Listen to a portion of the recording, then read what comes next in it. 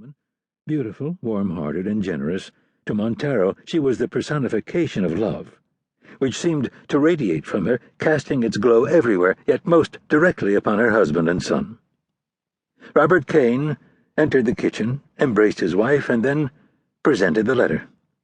"It arrived today, out of the blue," he said. "What is it?" She was already able to detect an unusual enthusiasm coming from a man who usually tried hard to downplay his emotions. The letter was handwritten on Columbia Presbyterian Hospital stationery and signed by a Dr. Andrew Banks. Though Sarah Caine had not completed college after she became pregnant with Montaro, she was aware of Dr. Banks' reputation. On many occasions, she had heard her husband speaking of the renowned behavioral scientist. Banks was known primarily for his studies of individuals who were afflicted with varying degrees of mental retardation, but were inexplicably gifted in a single area, in some cases to the point of genius. Banks' work had revolutionized the thinking on mental deficiencies. This topic was also of great interest to Robert Caine, who had referenced Banks' studies in some of his own papers. Now, according to the letter he was showing his wife, Robert was being invited to join Dr. Banks' research group for a few days in New York as a member of an observation team consisting of about half a dozen professors to see how autistic patients processed mathematical equations. "This is wonderful, darling. I'm so happy for you," Sarah said, then called to her son, "Montaro, dinner time." When Montaro entered the kitchen, he saw that his mother was beaming, and so was his father, who seemed almost stunned by his good fortune. Yes, to young Montaro, this all seemed like good news. On his first day at Columbia Presbyterian in New York, Robert Caine finally got to meet Dr. Andrew Banks, who turned out to be a tall, angular Gary Cooper look-alike. In a mostly empty examination room, Banks introduced Robert and his fellow observers, 4 men and 1 woman, all professors, to an autistic man who was said to have astonishing math skills. The man was named Tom Lund, and Banks referred to him as an idiot savant.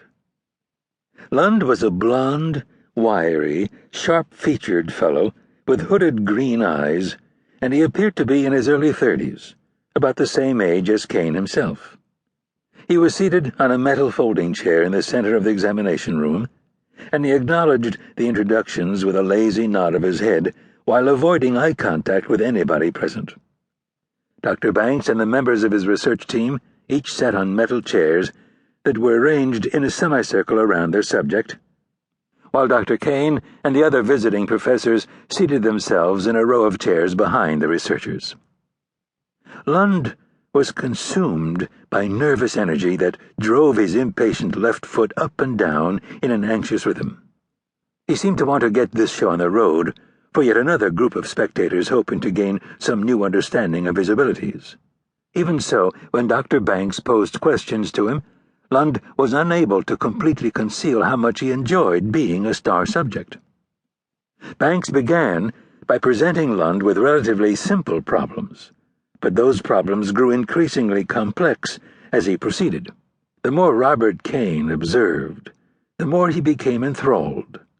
In theory, he should not have been surprised that Lund was able to arrive at correct solutions to the questions that Banks posed. Having read Banks's work, Robert knew that individuals such as Tom Lund would most probably be able to calculate the sum of the first 100 integers as 500,500, or know that the 100th prime was 541. But what amazed him was the computer-like swiftness of Lund's calculations. Later that day, when Caine held his first one-on-one interview with Lund, he became only more awed by the man's genius, which seemed almost otherworldly. Caine recorded in his notebook a stunning experience, then added that there was always so much more to the world than what one initially perceived. The casual observer would have had no sense of all that existed beyond Lund's nervous demeanor and those hooded green eyes. The world was much like Lund, he wrote, so full of unexpected depths, so full of mysteries for men of math and science to solve. Science and education, those were the 2 subjects that Robert Caine valued above all others. These